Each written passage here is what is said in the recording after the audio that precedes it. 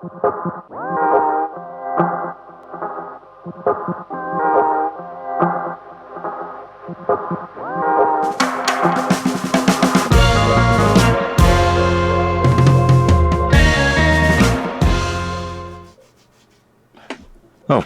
sorry, I didn't see you there. I was checking out some of this epic B-roll. Have you seen this? Nah, I'm just joking. All right, cue the intro.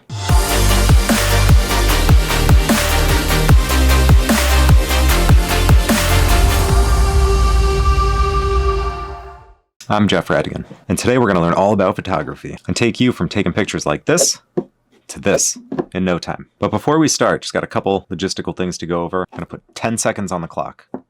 Go. This channel's still pretty new. I'm going to be doing tutorials on photography, filmmaking, drone stuff, Lightroom, Photoshop, Premiere Pro. There'll also be some product reviews, vlogs, so make sure you subscribe and like down below so you can stay up to date with all my videos. All right. Did it.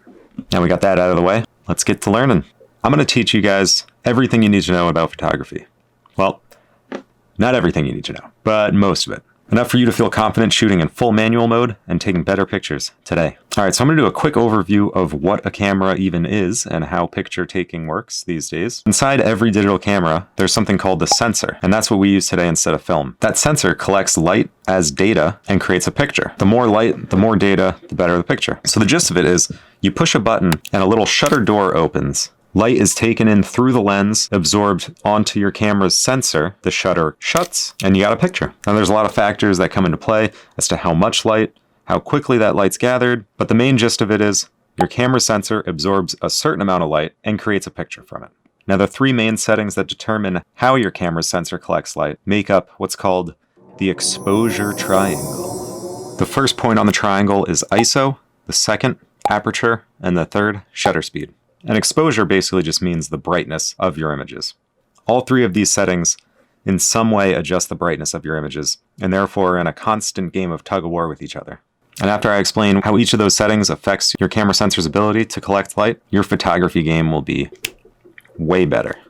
So, number one, ISO. To put it simply, your camera's ISO is its sensitivity to light. An ISO of 100 is at the bottom end of the spectrum, so the least sensitive to light, the darkest images. And the high end could be in the hundreds of thousands. And you might be thinking, okay, more light, more data, better pictures, right? Well, ISO is a bit tricky. You see, you can't just make a camera sensor more sensitive to light without any drawbacks. Cranking your camera's ISO up doesn't magically make the sun brighter. Instead, it's an artificial increase in light. Therefore, it leads to a reduction in quality of your images. Let's take a look at a couple examples to show you what I mean. So here we got a picture that was taken at ISO 100. If we zoom in on this one ball, you'll notice it's a very sharp, good quality image even up close, with almost no noise or graininess. Now let's take a look at the same picture, but this time with an ISO of 10,000. Zoomed out, you can't tell much difference, but if you crop in, you'll immediately see a huge degradation in quality. There's a lot of noise or graininess in this image, and a lot of details lost. That's because when I took this picture, it was originally much darker, so I had to create a lot of artificial light by increasing the ISO. As you can see, because that light is not natural, it leads to a lot of artifacts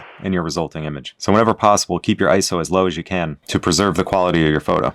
If you need to bump it up a bit and you're shooting indoors or at nighttime, it's sometimes necessary, and you may be able to remove some of that noisiness in post or post-production, the stage of photography where you're editing your photos. However, ISO is just one point in the exposure triangle. So let's take a look at the other two and see how you might be able to increase your light in a way that doesn't reduce the quality of your images. Number two, aperture. Now your camera's aperture actually has a lot more to do with the lens than the camera itself. And what an aperture is those little blades that rotate on the inside of your lens, either letting more or less light in. Each lens out there has its own range of aperture settings, with the low end being around 2, 2.8, the high end being around 22 plus. And that number is measured in f-stops.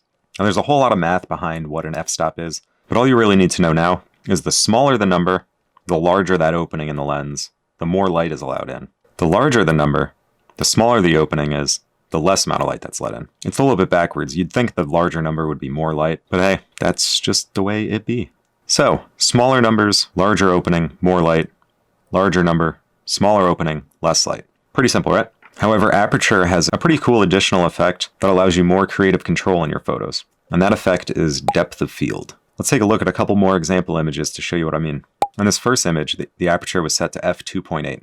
So that low number allows a lot of light in, large opening in the lens. However, you'll notice the background's very blurry and only the two balls in focus. That's because the smaller the number, the smaller the depth of field you get as well. Now, depth of field is just the range of distance from the lens which is in focus. Think of it as slices of space. With f2.8, that slice of space is very thin, so only the two balls in focus. Anything closer to the lens or farther will be blurry. You'll see this effect used a lot in portraits. Now, let's jump to the other end of the spectrum with f22. As you can see here, everything's in focus. The depth of field is massive. It covers the whole room, basically. High apertures such as f22, f16 are commonly used for landscape photography because you usually want your foreground and your background all in perfect focus. So next time you're out taking some pictures, play around with Aperture and see how it affects your background blur. A good rule of thumb, though, is if you're shooting portraits, stay low. Groups of people, somewhere in the middle, and big wide open landscapes where you want everything in focus, go for the upper end. So one other note that I'm going to point out on that second image, I don't know if you noticed, if we zoom in, you'll see a lot of noise, a lot of graininess. That's because at f22, that aperture is such a tiny little pinhole, almost no light is allowed into the lens.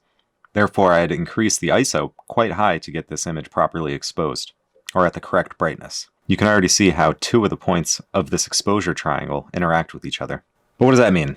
If I wanted to take a picture in a dark room, I'm left just having to take low quality images? I bet you know where this is going. Number 3, shutter speed. Now, shutter speed is probably the easiest concept to understand.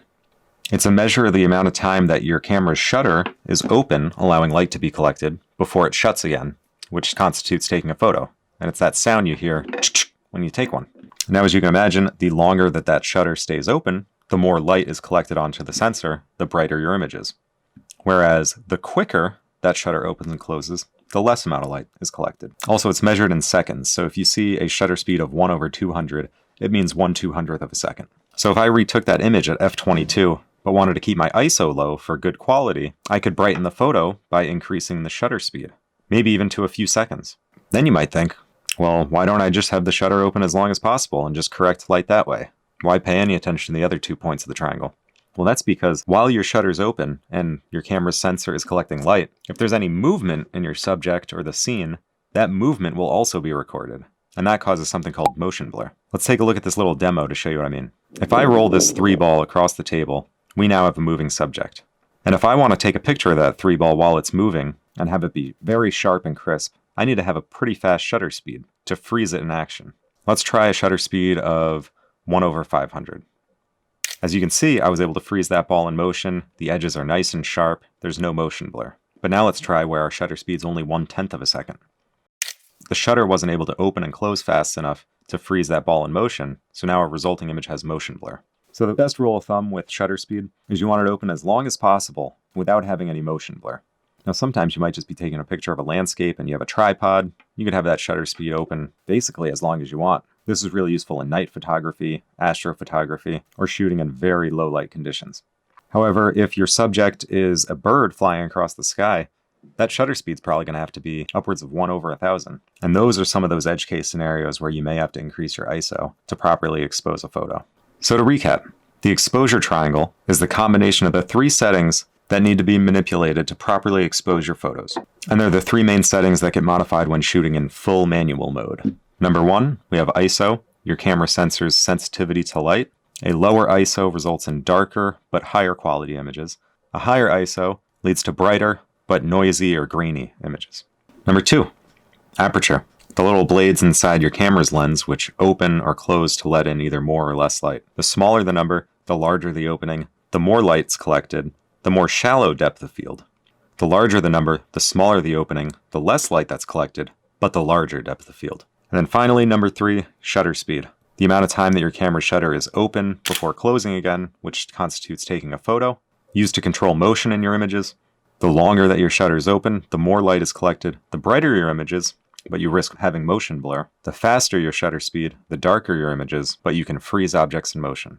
All right, so there you have it, the exposure triangle. That's basically most of what you need to know about photography. That wasn't too bad, right? Take those tips, get out there, take some photos, make some mistakes, play around with your depth of field, try to freeze some objects in motion, do some night photography. Now, if you liked what you saw here today, you learned something, subscribe, like the video, share it. Maybe you have a friend who also wants to learn some more about photography. There's going to be lots more tutorials to come. We're going to get into a lot more advanced topics as we go. If anybody has any questions about what I just went over, leave a note in the comments section down below. I'll do my best to get back to you ASAP. I'm here to help out, share some knowledge, so if there's anything that wasn't clear or any follow-up questions you have, or even after practicing these things out shooting, you're still just not getting it, then yeah, don't hesitate to reach out. If you like these little cheat sheets that I made, they're going to be available on my website. I'll show the URL here on the screen now, and I'll also post it down in the description below. Also, this is the 5th time I'm recording this, so yeah, one time I didn't even have the mic on.